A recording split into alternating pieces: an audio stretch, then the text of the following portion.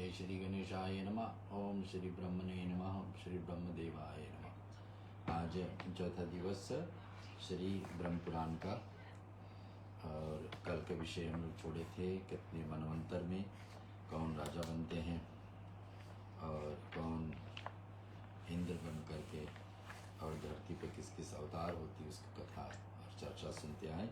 आज वहीं से आगे लेंगे, थोड़े से पीछे कथा को श्रवण कर लेते जहाँ पर पिछले बार थी। उसमें लिखा हुआ है कि पृष्ठधन में अपने गुरु की गाय का वध किया था, इसलिए वे शाप से शुद्र हो जाते हैं। इस प्रकार से एववस्थ मनु का 9 पुत्र बताए गए हैं। मनु जब ठीक रहे थे उसी समय इक्ष्वाकु के उत्पत्ति होती है। इक्ष्वाकु के 100 पुत्र हुए, उनमें से विकुची सबसे बड़े थे। वे अपने पराक्रम से कारण ही अयोध्या के नाम प्रसिद्ध हुए। तो अयोध्या की शुरुआत की कथाएँ सुनाई। उन अयोध्या का राज प्राप्त हुआ और उनके शकुनी आदि 500 पुत्र हुए हैं।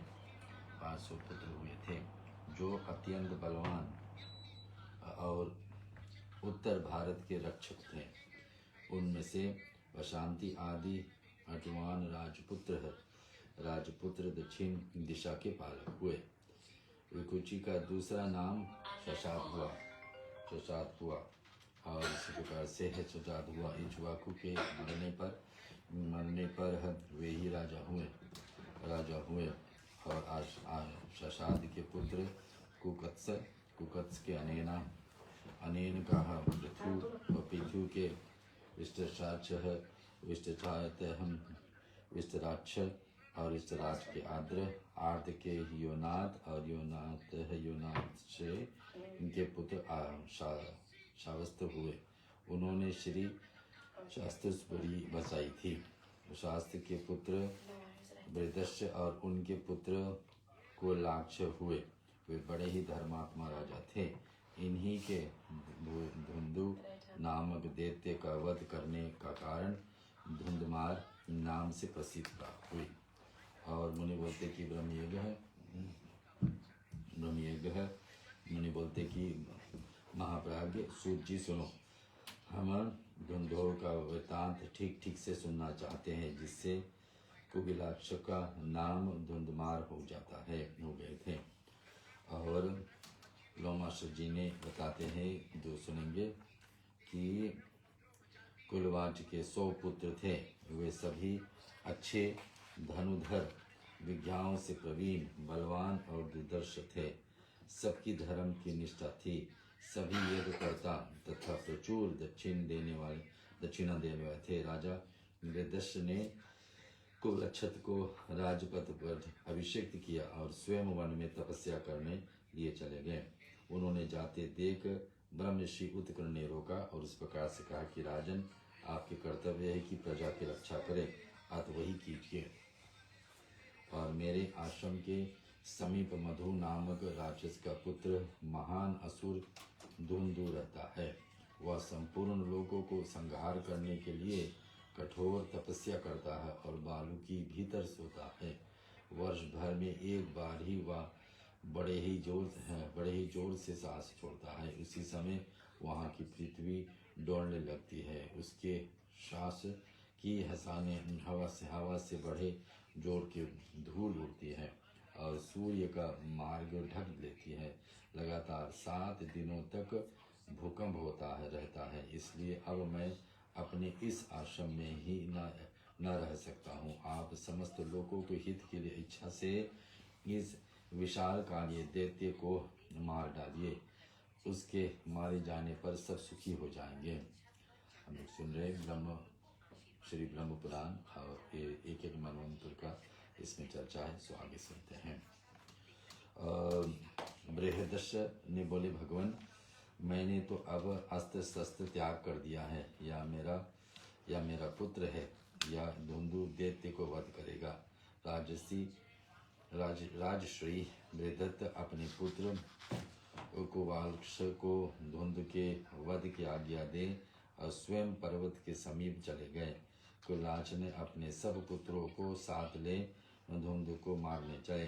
साथ में महर्षि उत्तंग भी थे। उत्तंग के अनुरोध से संपूर्ण लोगों के हित करने के लिए साक्षात भगवान विष्णु के कुलाक्ष शरीर में अपना तेज प्रविष्ट किया। तो 10 वीर कुलवास और युद्ध के लिए प्रस्थित हुए।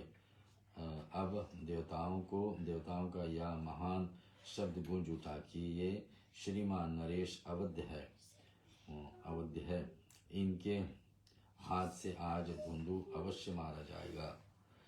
पुत्रों के साथ वहां जाकर वीरवर कुलवास ने समुद्र को खुदवाया।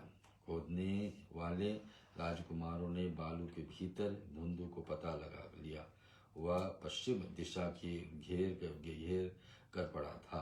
वहां वह अपने मुख की आग से संपूर्ण लोगों को संसार सा करता हुआ जल का स्तोत्र बहाने लगा। जैसे चंद्रमा के उदय काल में समुद्र में ज्वार आता है, उसकी उतार तरंग बढ़ने लगती है, इसी प्रकार से वहां जल का वेग बढ़ने लगा। कुलवाच ने पुत्रों में से 3 छोड़कर के शेष सभी धुंध की मुखग्नि से जल करके भस्म हो जाते हैं। और तदंतर महा तेजस्वी राजा कुलवलक्ष ने उस महाबली धुंध पर आक्रमण किया।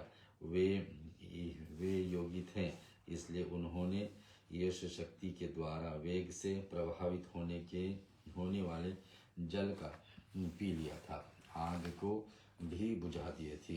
फिर बलपूर्वक उस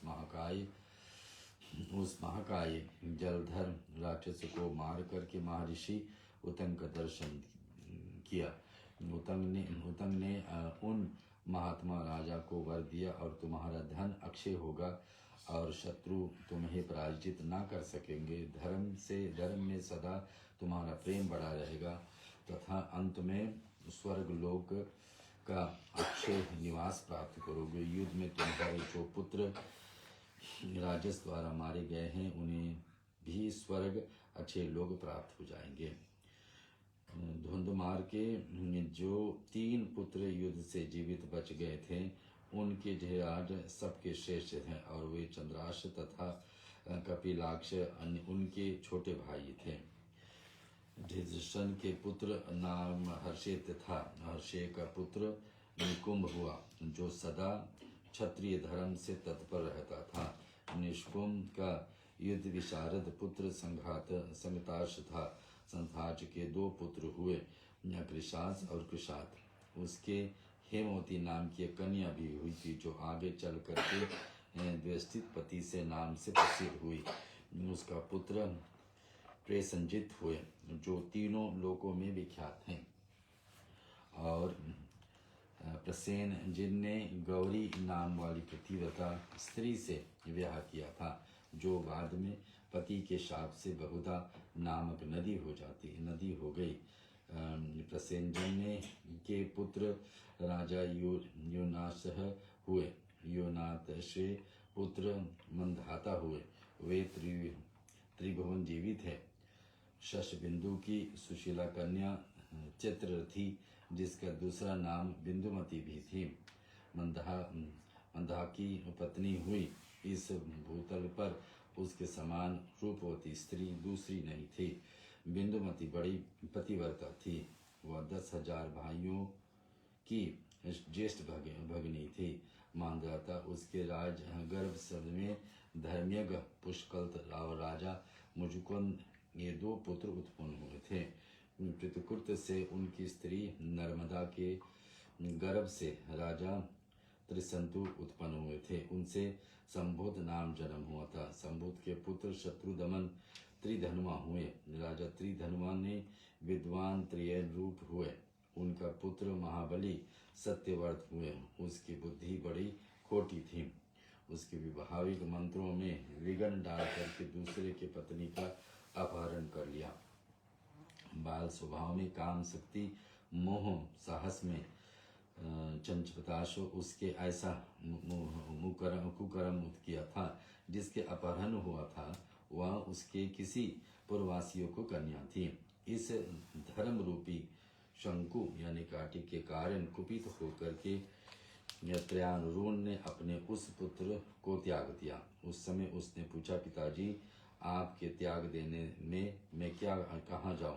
पिता ने कहा कि हे ओ कुलकलंक, जो चंडालों के साथ रहें, मुझे तेरे जैसा पुत्र को आवश्यकता नहीं है। यह सुनकर वह पिता के कथा अनुसार नगर से बाहर निकल गए। उस समय महर्षि वशिष्ठ जी ने उसे मना नहीं दिया। वह सत्यव्रत चंडाल के घर के पास रहने लगा। उसके पिता भी वन में से चले गए। तदंतर उसी अधर्म कारण इंद्र ने के उस राज्य की वर्षा बंद कर दी और महातपस्वी विश्वामित्र उसी राज्य में अपनी पत्नी को रख करके स्वयं समुद्र के निकट भारी तपस्या कर रहे थे। उनकी पत्नी की अकालग्रस्त हो अपने मज में औरस पुत्र के गली में रस्सी डाल दी और शेष परिवार के भरण पोषण के लिए 100 गाय लेकर उसे बेच गए। और राजकुमार सत्यव्रत ने देखा कि विक्रय के लिए उसके गले में रस्सी बंधी हुई है। तब उसे धर्मात्मा ने दया करके महर्षि विश्वामित्र के उस पुत्र को छुड़ा लिया और स्वयं ही उसका भरण पोषण करने लगे। ऐसा करने से उनका उद्देश्य या महर्षि विश्वामित्र के संतुष्ट करके उनकी कृपा प्राप्त करी। महर्षि या पुत्र गले में बंधन पड़ने के कारण ही तपस्वी गालों के नाम से प्रसिद्ध हुए। राजा सगर ये हुई ब्रह्म पुराण से मनवंतर की कथा संपूर्ण। बोलो ब्रह्मदेव भगवान की जय। अब हम लोग राजा सगर चरित्र तथा इक्ष्वाकु वंश की मुख्य राजाओं का परिचय ब्रह्म पुराण में जैसे है आपके बीच में। लोमश जी ने कहते हैं कि राजकुमार सत्यव्रत भक्ति, दया और प्रतिज्ञा वश विनय पूर्वक विश्वामित्र जी के स्त्री का पालन करने लगे। इससे मुनि बहुत संतुष्ट हुए। उनके सत्यव्रत से इच्छानुसार वह मांगने के लिए कहा।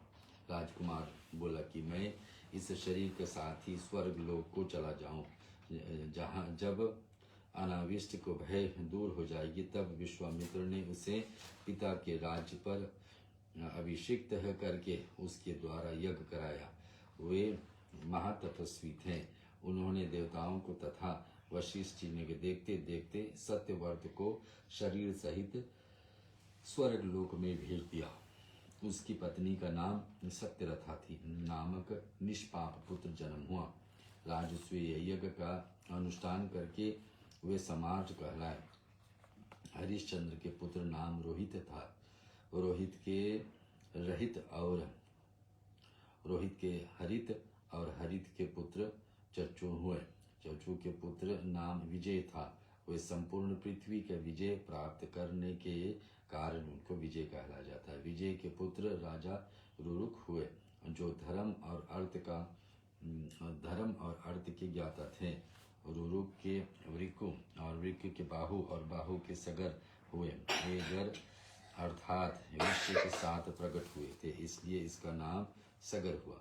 उन्होंने भृगुवंशी और मुनि से आगन्य अस्त्र प्राप्त करके तांडंग और देहे नामक क्षत्रियों को युद्ध में हराया और समूची पृथ्वी पर विजय प्राप्त की। फिर शक, प्रहद तथा परदार्थों को धर्म निकारण किए। मुनियों ने पूछा कि सगर की उत्पत्ति गर के साथ कैसे हुई। उन्होंने क्रोध में आकर के शक आदि महातेजस्वी क्षत्रियों को कुलोचित धर्मों का निराकरण क्यों किया, और ये सब विस्तार पूर्वक सुनाइए। तो लोमश जी ने कहा कि राजा बाहु व्यवस्थनी है, अत पहले ही हे नामक क्षत्रियों को तालजंगों और शंकों की सहायता से उनका राज्य छीन लिया गया। यवन, पारद, काम्बोज तथा प्रभ नामक गणों को भी हे के लिए पराक्रम दिखाया। राज्य छीन जाने पर राजा बहु दुखी हो पत्नी के साथ वन में चले गए और वहाँ उन्होंने अपने प्राण त्याग दिए। बाहुदी की पत्नी यादवी गर्भवती थी, वे भी राजा को सहगमन करने की प्रस्तुत हो गए। उन्हें उनकी सोते हुए पहले से ही जहर दे रखा था। उन्होंने वन में चिता बनाई और उस पर आरूढ़ हो पति के साथ भस्म हो जाने के लिए विचार की।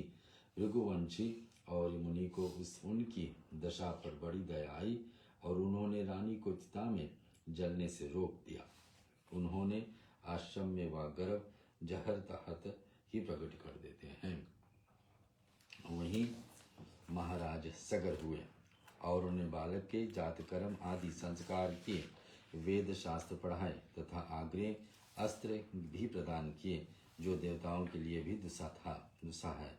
उसी से सगर ने हे वंशी क्षत्रियों को विनाश किया और लोक में बड़ी भारी कीर्ति पा गई। तदंतर उन्होंने शक, यवन, काम्बोज, पारद तथा पवनगोन सर्वनाश करने के लिए उद्रोध किया।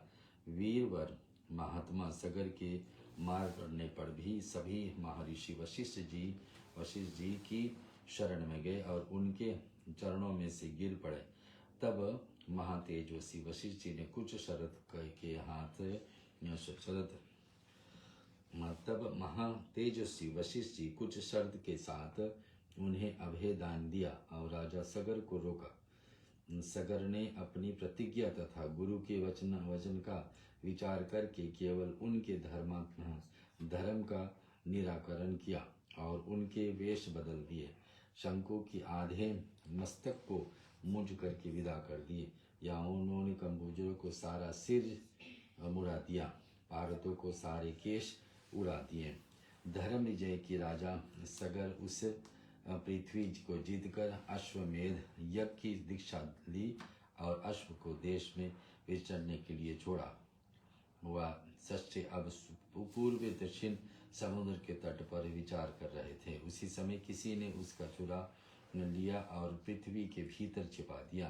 राजा ने अपने पुत्रों से उस प्रदेश को खुदवाया।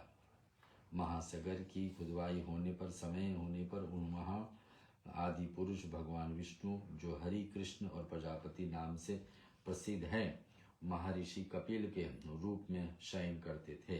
जागने पर उनका नेत्र तेज से ही सभी जलकर भस्म हो जाते हैं और केवल 4 ही बचे, जिनका नाम बृहकेतु, सुकेतु,